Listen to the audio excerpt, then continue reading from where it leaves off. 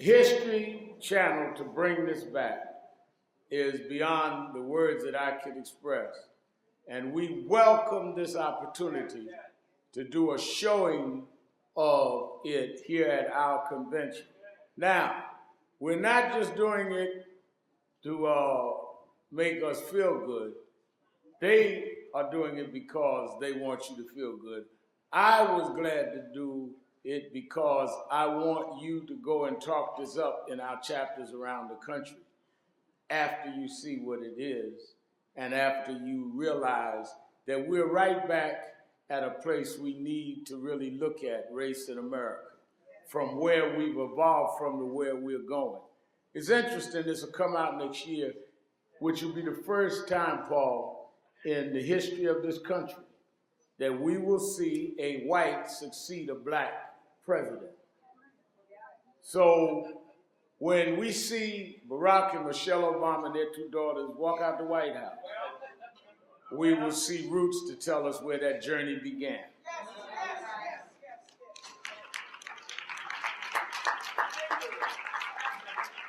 You're going to hear some fine speakers, then you're going to see it, and then tonight, of course, at 7, we're going to have church, and you may need church.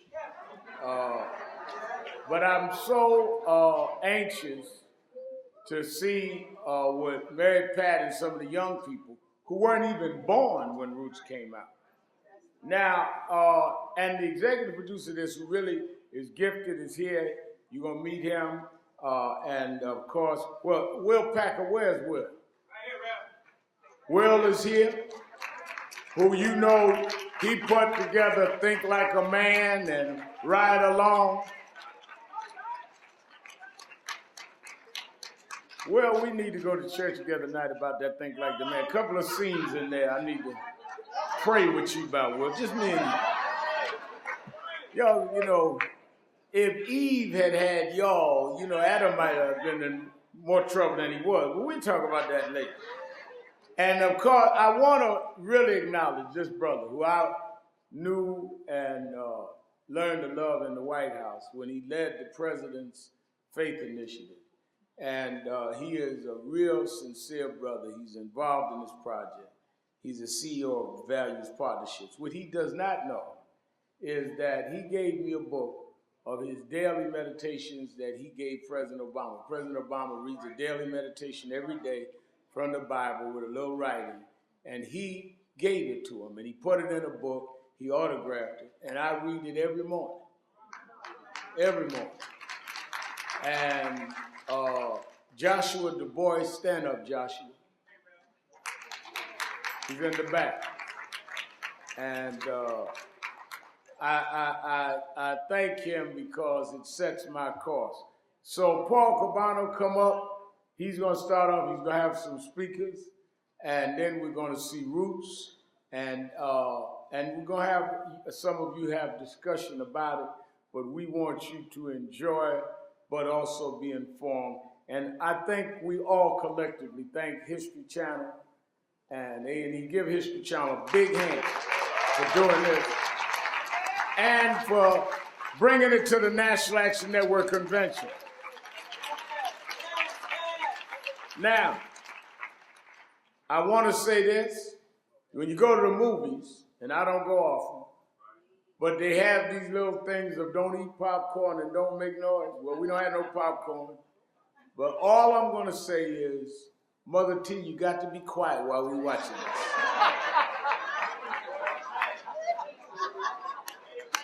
Mama T, I know there are going to be some emotional scenes, but you can't squall in the middle of the movie.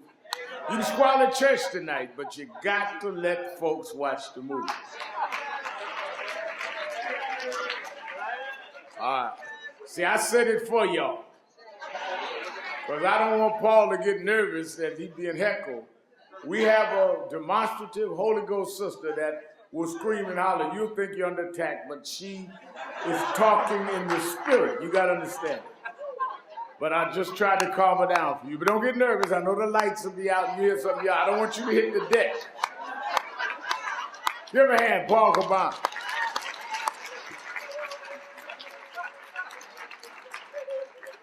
Thank you, Reverend Sharpton. Never in my life did I imagine I would ever be introduced by Reverend Al Sharpton. We are deeply honored to be here and be part of the 25th anniversary celebration. And thank you, everyone, for joining us today. You will be the first people in the country to get a sneak peek at this new production.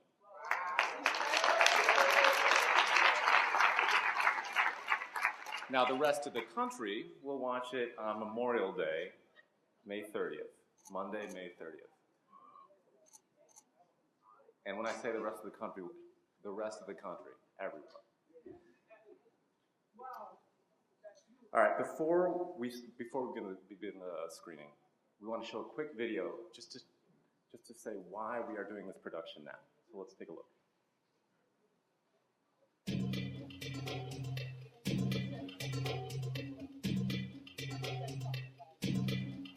Packer, Corinne Huggins, and Reverend Charles Williams from the National Action Network. But first, let's all just take a deep breath. Let's take one more.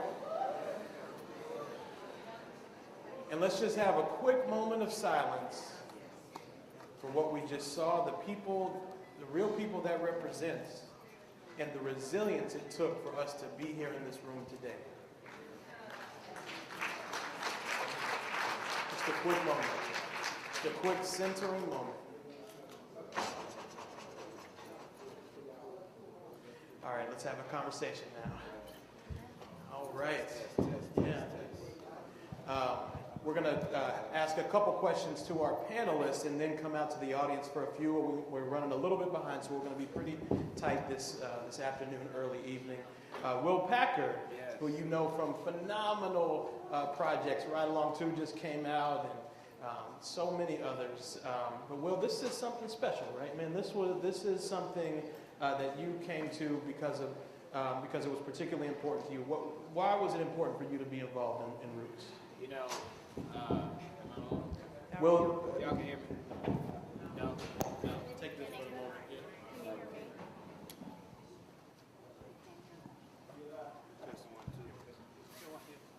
Testing, Ted.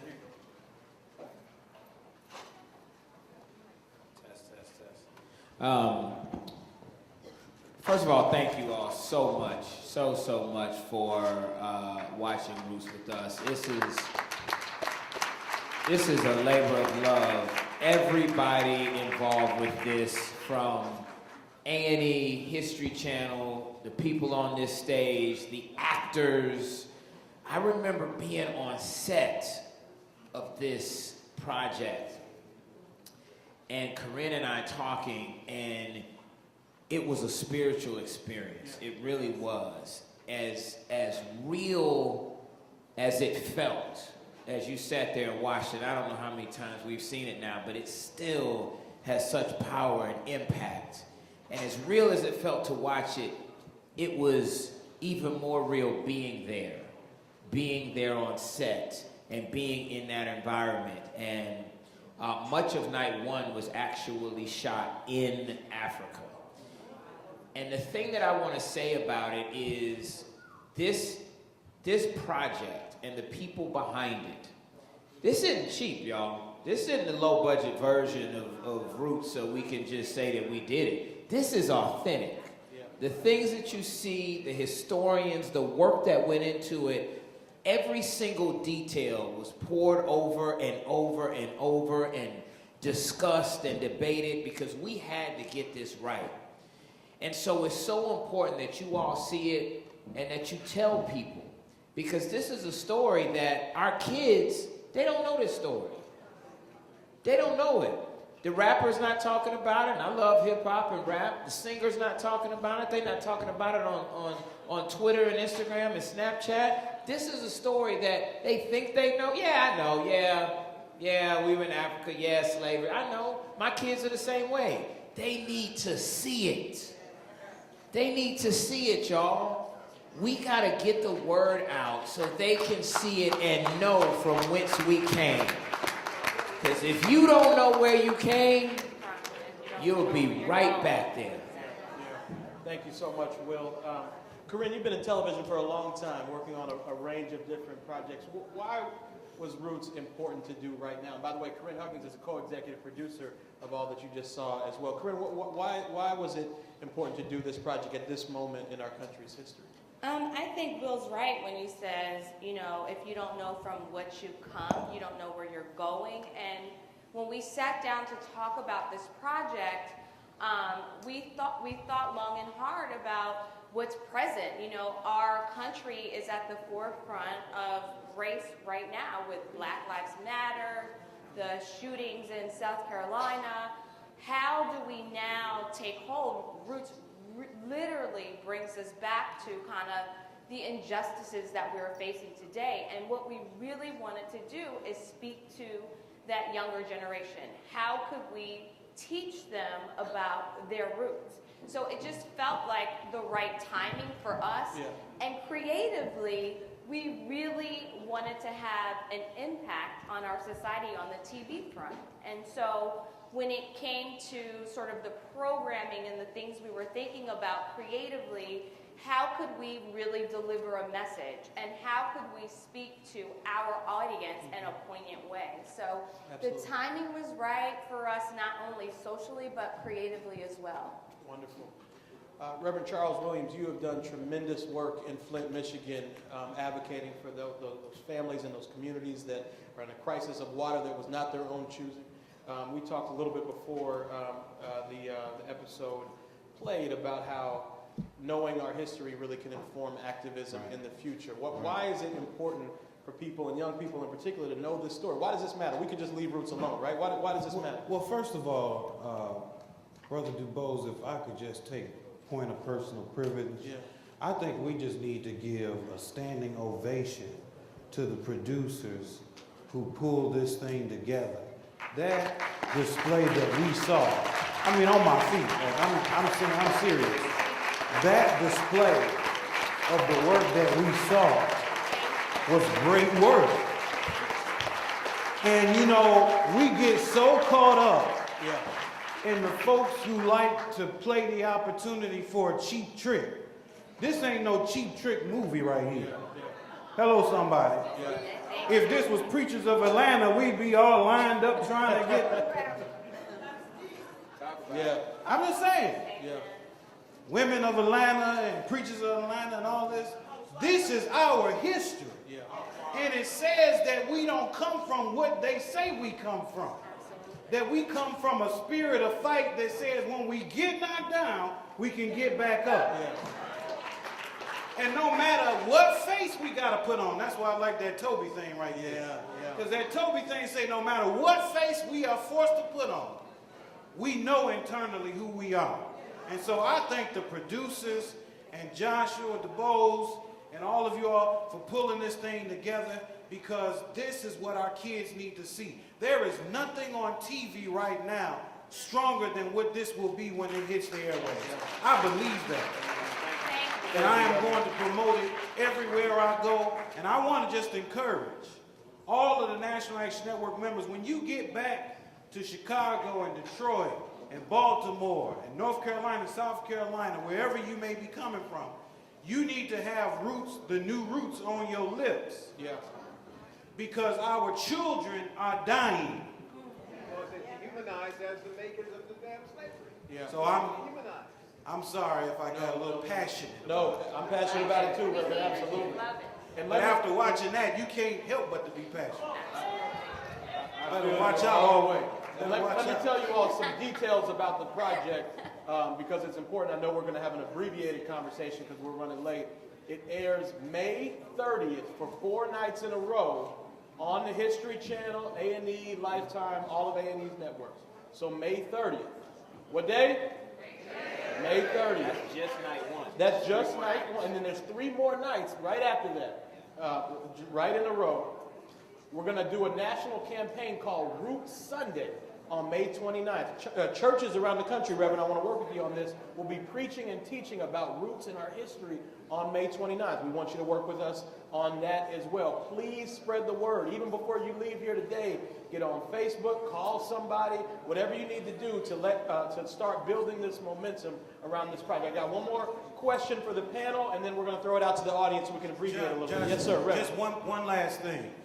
I need everybody to pay attention. Just one last thing. This hits May 30th. Now, this is our history.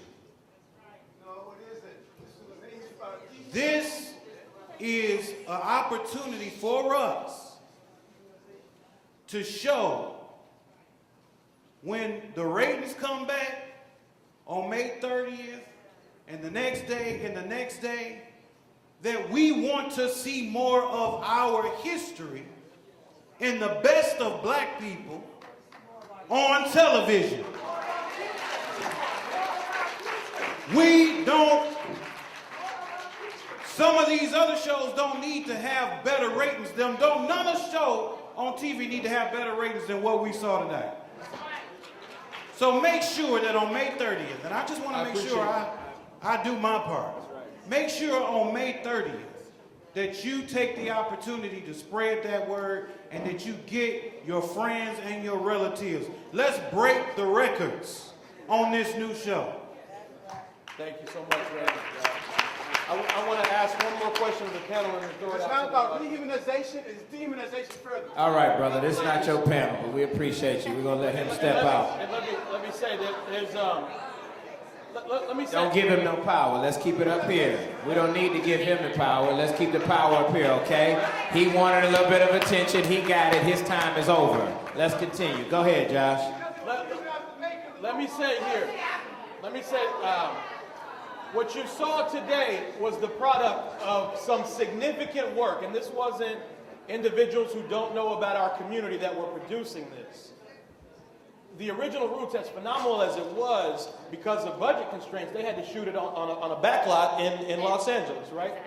Do you know that they went for this Roots that you saw to the African continent? They shot in South Africa. They tried to shoot in the Gambia. The Gambia didn't have the infrastructure.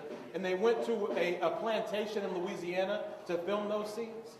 Do you know that black historians from Asala, who knows Asala in here, the historians organization, informed this process the entire way through?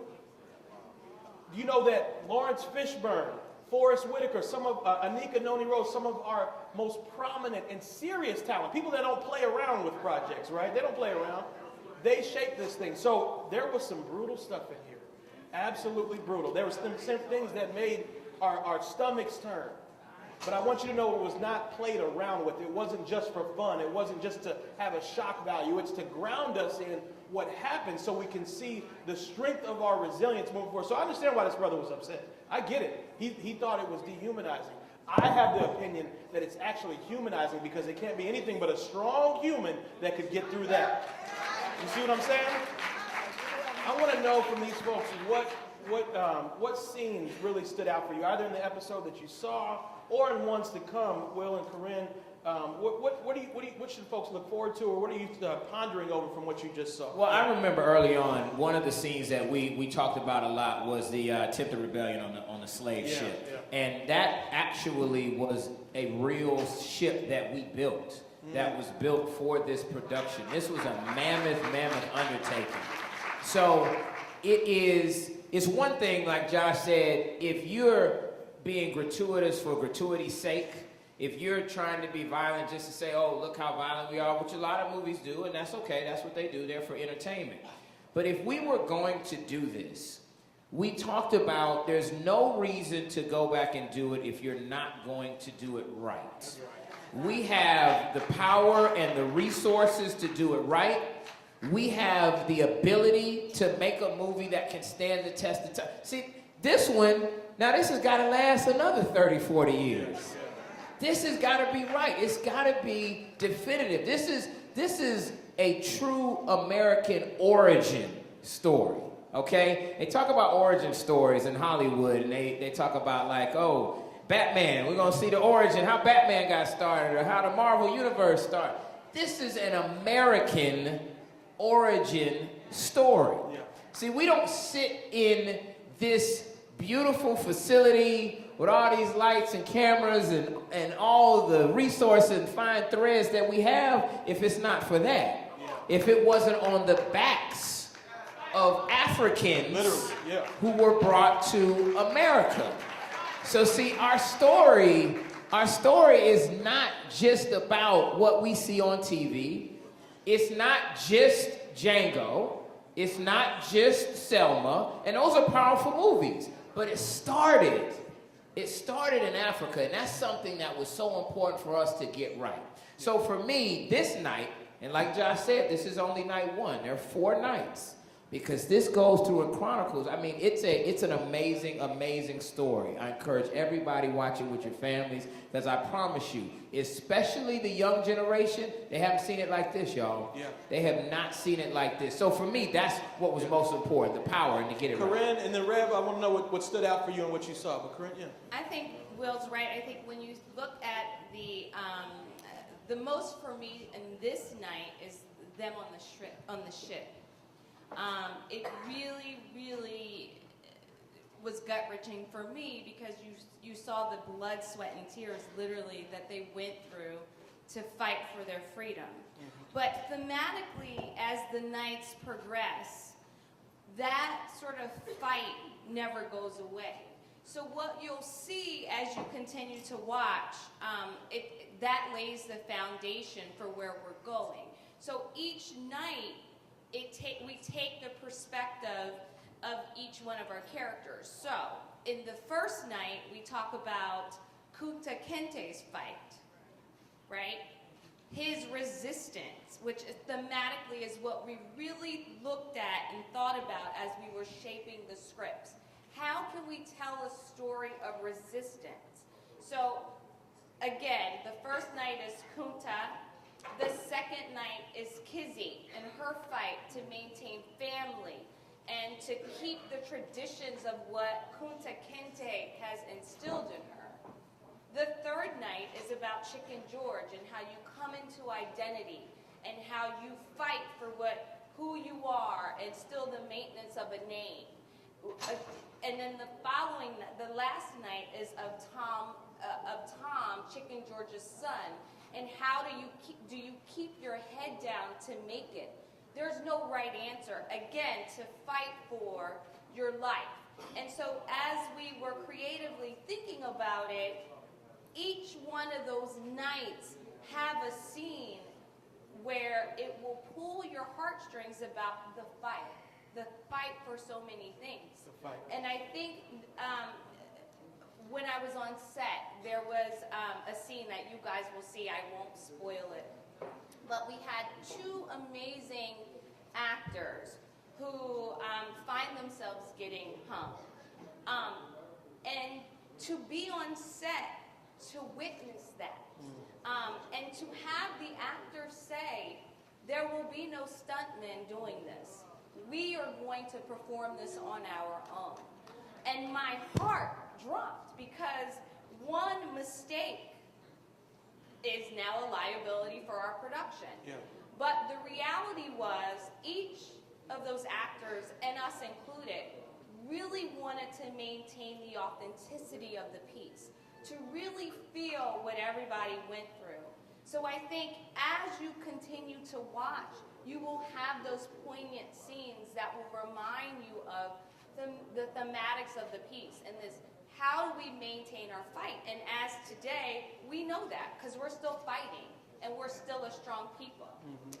Thank you so much, Corinne. Rev, just briefly, anything that stood out for you about this episode? I think what stood out most is that we never stop fighting.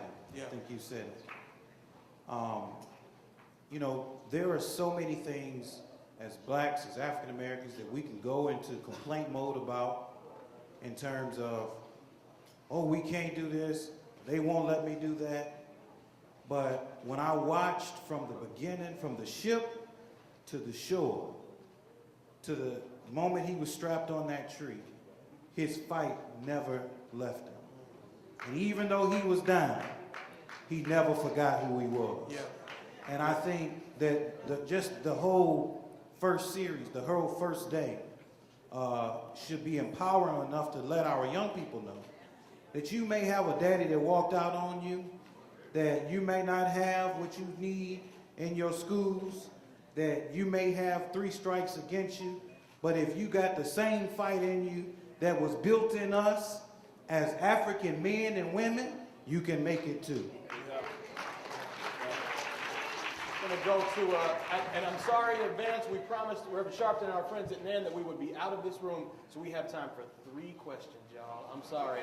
I'm sorry. Listen, hey, you got to, I ain't getting in trouble with Rev. You going to get in trouble with Rev? My darling, I am Mama T that loveth thee. Mama T and that I loveth do thee. not have a question. Okay. I'm a living legend, like Attorney Michael Hardy said. 77 years ago, I was born in Chicago. And I want you to know, I have been going THROUGH all this time. I'm the first black that integrated the lunch counters in the 60s, so I understand fighting. But what I want to suggest that you do, because I was offended by you talking about your project, because this is not a project. Receive this in the name of Jesus. I'm my pastor's daughter, Jimmy, AKA and all of this stuff. And keep reading the name of it. See right there? History. I love you. And I stated that, sweetheart. Thank you so much. Thank you so much. I'm not going to We appreciate you. history. You got to deal with history, not a project. We appreciate History, not a Yes, sister. project. Yes, sir. That's our history. Yes, my name is Dash. Yes, my name is Dash. My name is Dashawn Farad. I'm a reporter for YourBlackWorld.com and News One, and I just wanted to applaud the makers of this film. Very briefly, I recommend 3 things. We read S.C. Anderson's The Black Holocaust for Beginners, Basil Davidson's The African Slave Trade, and also there's one more film that was banned from the United States called Goodbye Uncle Tom that I recommend that we all see. I'm a student of Dr. John Henry Clark. I thought I just might say that. Thank you. Thank you so much. Thank you, brother. Thank you. Yes, sir. Yes, I am very concerned when this movie comes out. First of all, as we saw in 1977, there may be violence in our streets from young people who can't connect the dots. What I'm concerned about is what perhaps is missing here is an opportunity to connect with young people where economics plays a role in the condition that they're in. So I don't believe it'll be enough to show someone being beaten on in, because our people can look out the window and see this sort of thing. What has to happen is young people need to understand the finances and the economics of this country so they can move away from that and have a greater impact on where they are today. It won't be enough to show this movie if young people can't see the role that they have. $200 sneakers, $200 pair of sneakers can be replaced with a $30 pair of sneakers, and then you have $170 to invest. So I propose that we have community-based organizations that help right after this movie comes out, that connect with young people to show the economic angle to help liberate themselves. This can't be alone by itself. All right, Your brother. response? I received that. Thank you. I received that. And I should say, this is a baseline of history on which we can build solutions, right? But first we have to know our story, and that's what Roots is about. Yes, Did ma'am? anybody actually have any questions? Because we do want to make sure. Oh, okay. All right, sister. Yes, yes. But I have a young man that wants to say something. Well, We're gonna have this young lady's here, right so here. We're I'm sorry, going yeah. to go in order. We're going to be respectful of everyone. Yes, ma'am. Excuse me. My question is specific about art direction. In the book by Alex Haley, as well as the first Roots that was shown, it was very important in that scene called Toby that you had light-skinned blacks, dark-skinned blacks, the whole spectrum of the African diaspora was in that yard to witness the beating. Second of all, they had a black man do the beating upon Toby, because in that particular structure, a white man would not lower himself to beat a black man. That was considered something they would hand to a black person because it reinforced the power of the slave owner. So my question is, when you cast that scene, there are no light-skinned, mixed race, brown tone, and internationally, Thank you so that's much. going to play Well, differently. and just to be clear, there were very diverse, and the young lady over here has pointed out that you saw some light skin and brown skin and other people in there. So it's a very important point, but I should say, just underscore, the people that wrote this. Anybody know Audra McDonald, by the way? Yes. Do you know her sister was one of the writers on Roots? I didn't know. Yes, exactly. There's a woman, a phenomenal historian, African-American woman historian, a historian of slavery out of the University of Texas. Kim, what's her name? Dana Ramey Berry. You know, she was the one providing the history here. This is not something that was imposed on the outside. This came up from the latest scholarship on slavery, right, Will and Corinne? That was it. A lot of energy went into the detail, and I want to just correct you, sister. It was very often the white slave masters, even sometimes the white owners, we found out in our studies, actually did do the physical beating on the plant. It did happen. Everybody beat black people, but there was. So I'm not saying sometimes it wasn't, but thank you for your note. But we definitely tried to be historically accurate. And I'm sorry, they're telling us we have got to get out of this room. Okay, just one quick Give just me one 10 seconds. I was connected to Hold Alex on. Haley back in the 1980s. I completed my doctoral degree with a Roots Foundation scholarship. I'd love to connect with you afterwards, if that's okay. Before everybody leaves, give me 1 second before you leave, before you walk out of the door. This has provoked some amazing conversation, which means that this is something we need to be talking about, Absolutely. right? Absolutely. That's right. May 30th, That's right. spread the word. Tell your Reverend church. said it the same way you go out and talk Make sure about the Real that we turn into Housewives. Roots. Right. Talk Thank about you the all. God hot bless video. you. The latest Beyonce, go talk about Roots. Thank you so much. Thank you, National Action Network.